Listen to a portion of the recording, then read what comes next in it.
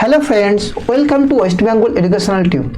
দেখো এই অঙ্কটা, একটি বর্গাকার জমির কর্ণ হচ্ছে 30 মিটার। ওই বর্গাকার জমির ক্ষেত্রফল নির্ণয় করো। তাহলে বর্গাকার জমির কর্ণের যে দৈর্ঘ্য সেটা সূত্র হয় বাহু গণিত √2।